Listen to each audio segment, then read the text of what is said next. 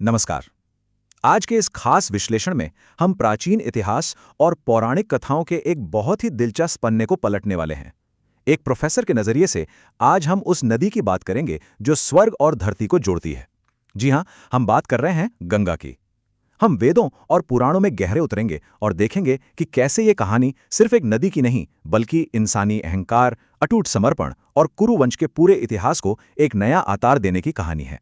तो चलिए, बिना किसी देरी के सीधे इस रोमांचक सफर की शुरुआत करते हैं। आज के हमारे इस सफर के मुख्य पड़ाव कुछ इस तरह होंगे। सबसे पहले हम देखेंगे प्राचीन ग्रंथों में गंगा का स्वरूप। फिर बात करेंगे अहंकार के उस जाल की जिसमें वो फंसी। उसके बाद भगीरथ के उस अटूट समर्पण की चर्चा होगी। और आखिर में देखेंगे कि कैसे इन सब ने कुरु वंश की नींव को आकार दिया। तो आइए सबसे पहले अपने पहले पड़ाव से शुरुआत करते हैं, प्राचीन ग्रंथों में गंगा। देखिए, जब हम ऋग्वेद के पन्ने पलटते हैं तो गंगा का जिक्र सबसे पहले एक नदी के तौर पर मिलता है। लेकिन, और ये बहुत अहम है, जब आप विष्णु पुराण या भागवत पुराण जैसे ग्रंथों को गहराई से पढ़ेंगे तो पाएंगे कि गंगा महज एक पानी की धारा बिल्कुल नहीं थी। वो तो एक बेहद शक्तिशाली, स्वतंत्र और निडर आकाशीय देवी थी। भगवान विष्णु ने जब वामन अवतार लिया था ना, तब उनके बाएं पैर के अंगूठे से जो दिव्य जल निकला वही तो गंगा बनी। मतलब अगर हम साहित्यिक नजरिए से देखें तो स्वर्गलोक में उनका अपना एक स्वतंत्र और परम शक्तिशाली वजूद था। वो किसी के अधीन नहीं थीं। और पता है, ग्रंथों में उनके अलग अलग नाम उनकी पूरी आध्यात्मिक यात्रा का एक नक्शा सा खींच देते हैं।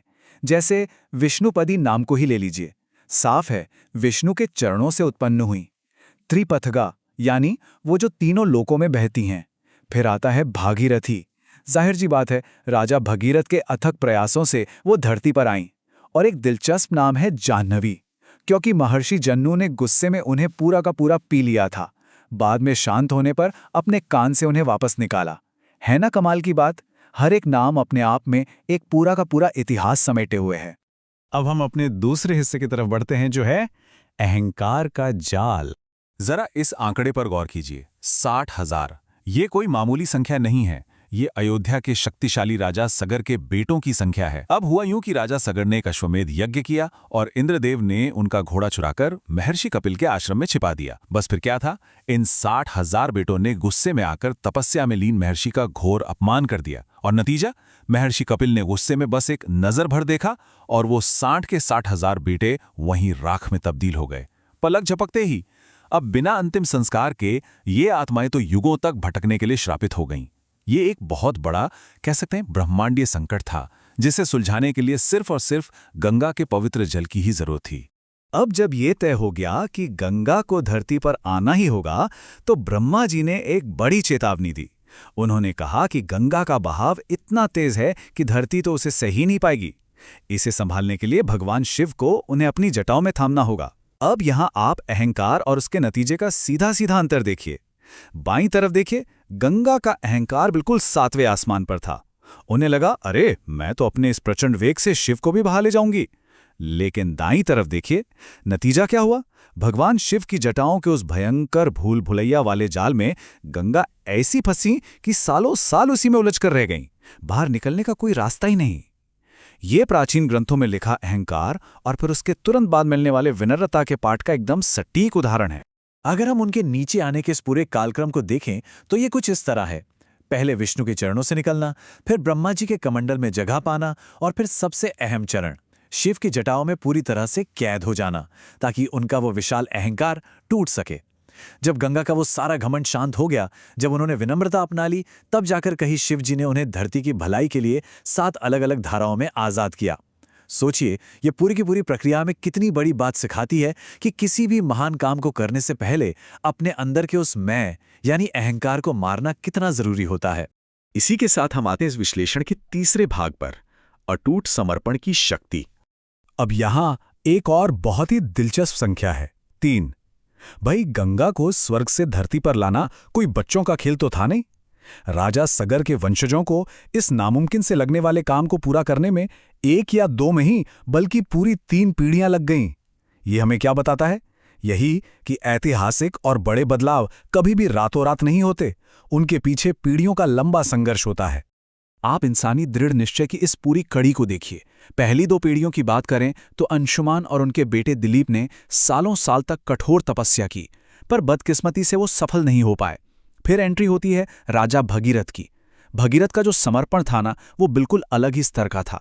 उन्होंने अपना पूरा राजपाट, वो आलीशान महल, सारी सुख सुविधाएं, सब कुछ छोड़ दिया। हिमालय की उस हड्डियां कंपा देने वाली ठंड और भयानक तूफानों के बीच बिना कुछ खाए पिए वो डटे रहे, और उनके इसी चरम त्याग ने अंततः ब्रह्मा और शिव दोनों का आशीर्वाद हासिल कर ही लिया। मतलब अगर संकल्प सच्चा हो तो वो आपसे अपार त्याग मांगता ही है। और जानते हैं इस अटूट समर्पण का अंतिम परिणाम क्या निकला? मोक्ष। भगीरथ के पीछे पीछे बहते हुए अब पूरी तरह से शांत और विनम्र हो चुकी गंगा कपिल मुनि के उस वीरान आश्रम तक पहुंची। कहते हैं कि उनके पवित्र जल की बस एक पहली लहर ने जैसे ही उस युगों पुरानी राख को छुआ, 60,000 रोशनी के बिंदु चमकते हुए सीधे आकाश की ओर उठने लगे। भगीरथ की वो अथक मेहनत और गंगा की करुणा ने उन भटकती आत्माओं को आखिरकार आज़ादी दिला ही दी। सच कहूं तो ये इस पूरी कथा का एक बहुत ही भावुक और रोंगटे खड़े कर देने वाला मोड़ है। और अब हम अपने आखिरी और सबसे अहम भाग पर चलते हैं, कुरु वंश को आकार देना। शायद आपको जानकर हैरानी हो, लेकिन महाभारत के पूरे इतिहास की नींव दरअसल स्वर्ग में ही पड़ चुकी थी। जरा इस घटना पर ध्यान दीजिए। इक्ष्वाकु वंश के एक बहुत ही महान राजा थे, महाभिष। वो अपने अच्छे कर्मों की वजह से ब्रह्मा जी की सभा में बैठे थे। गंगा भी वहीं थी। तभी अचानक हवा का एक झोंका आया और गंगा के वस्त्र थोड़े से उड़ गए। अब सभा में बैठे बाकी सब लोगों ने तो मर्यादा का पालन किया और अपनी आंखें नीची कर लीं, लेकिन राजा महाभिष वो लगातार उन्हें ही देखते रहे। ब्रह्मा जी की नज़र से धर्म का ये बारीक सा उल्लंघन छिप नहीं पाया, और फिर नतीजा, दाईं तरफ देखिए, दोनों को ही ये श्राप मिल गया कि उन्हें वापस इस नश्वर धरती पर जन्म लेना पड़ेगा। ग्रंथों में यह घटना बहुत ही निष्पक्ष तरीके से बताई गई है, पर यह साफ दिखाती है कि मर्यादा का एक छोटा सा उल्लंघन भी कैसे पूरे इतिहास की धारा को मोड़ कर रख देता है। तो राजा महाभिष ने धरती पर हस्तिनापुर के राजा शांतनु के रूप में जन्म लिया। अब जब शांतनु ने धरती पर गंगा को देखा तो वो तो बिल्कुल मंत्रमुग्ध ही हो गए। तुरंत विवाह का प्रस्ताव रख दिया, लेकिन गंगा ने हां करने से पहले कुछ बेहद सख्त, एकदम अचूक शर्तें रख दी। उन्होंने साफ कहा, मैं हस्तिनापुर की रानी तो बनूंगी, लेकिन आप मेरे किसी भी काम पर कभी कोई सवाल नहीं उठाएंगे, मुझे कभी रोकेंगे टोकेंगे नहीं, और सबसे बड़ी शर्त, जिस भी पल आपने ये नियम तोड़ा, मैं उसी पल आपको हमेशा के लिए छोड़कर चली जाऊंगी। शांतनु उस वक्त इतने मोहित थे कि उन्होंने तुरंत हां कर दी, और बस यहीं से इतिहास के एक बहुत बड़े और दुखद अध्याय की शुरुआत हो गई। अब जो घटनाक्रम हुआ ना, वो इतिहास के सबसे विचलित करने वाले पन्नों में से एक है। हुआ ये था कि 8 आकाशीय वसुओं को महर्षि वशिष्ठ ने इंसान के रूप में जन्म लेने का श्राप दे दिया था। तब गंगा ने ही उन वसुओं को यह वचन दिया था कि वो उनकी मां बनेंगी, और जन्म लेते ही उन्हें पानी में डुबोकर तुरंत इस श्राप से आजाद कर देंगी। अब जरा एक पल के लिए राजा शांतनु की हालत के बारे में सोचिए। वो अपनी ही कस्मों में ऐसे बंधे थे कि अपने 7 नवजात बच्चों को एक एक करके नदी में डूबते हुए बस चुपचाप बेबस खड़े देखते रहे। एक पिता के लिए इससे बड़ा दर्द और क्या हो सकता है। आखिरकार जब 8वें बच्चे की बारी आई तो शांतनु के सब्र का बांध टूट गया। उन्होंने गंगा को रोक ही दिया। शर्त टूट गई, लेकिन वो 8वां बच्चा बच गया।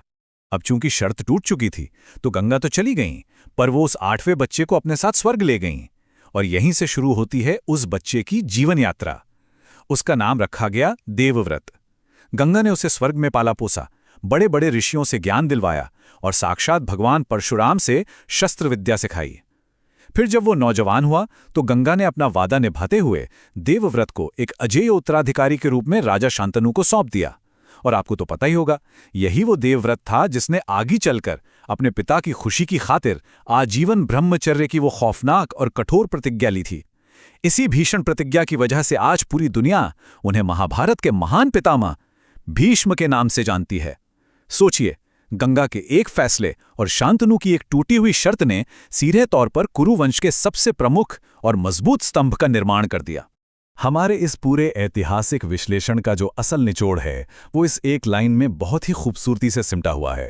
अहंकार हमेशा सीमित करता है, चाहे वो किसी देवी का हो या इंसान का, लेकिन अटूट समर्पण वो इतिहास रचता है। आप खुद देखिए, गंगा का अहंकार उन्हें शिव की जटाओं में फंसा देता है, जबकि भगीरथ का समर्पण नामुमकिन को भी मुमकिन बना देता है। उधर शांतनु का अपनी प्रतिज्ञा से बंधे रहना और भीष्म का वो महान त्याग, ये सारी बातें हमें इंसानी चरित्र की असीम गहराइयों का आईना दिखाती हैं। तो इस पूरे सफर के बाद मैं आप सभी के सामने एक बहुत ही गहरा सवाल छोड़ना चाहता हूं। आपको क्या लगता है, हमारे इतिहास और इंसानी कहानियों को सबसे ज्यादा कौन सी चीज संचालित करती है? क्या वो अहंकार का अंधा कर देने वाला जाल है, या फिर अटूट समर्पण की वो शांत लेकिन अचूक ताकत? इन प्राचीन ग्रंथों ने यकीनन हमें मानव स्वभाव के इन दोनों ही पहलुओं पर गहराई से सोचने पर मजबूर कर दिया है। आज के इस ज्ञानवर्धक विश्लेषण में मेरे साथ जुड़ने के लिए बहुत बहुत शुक्रिया। इस सवाल पर जरूर सोचिएगा और हाँ, ज्ञान की इस खोज को हमेशा ऐसे ही जारी रखिएगा।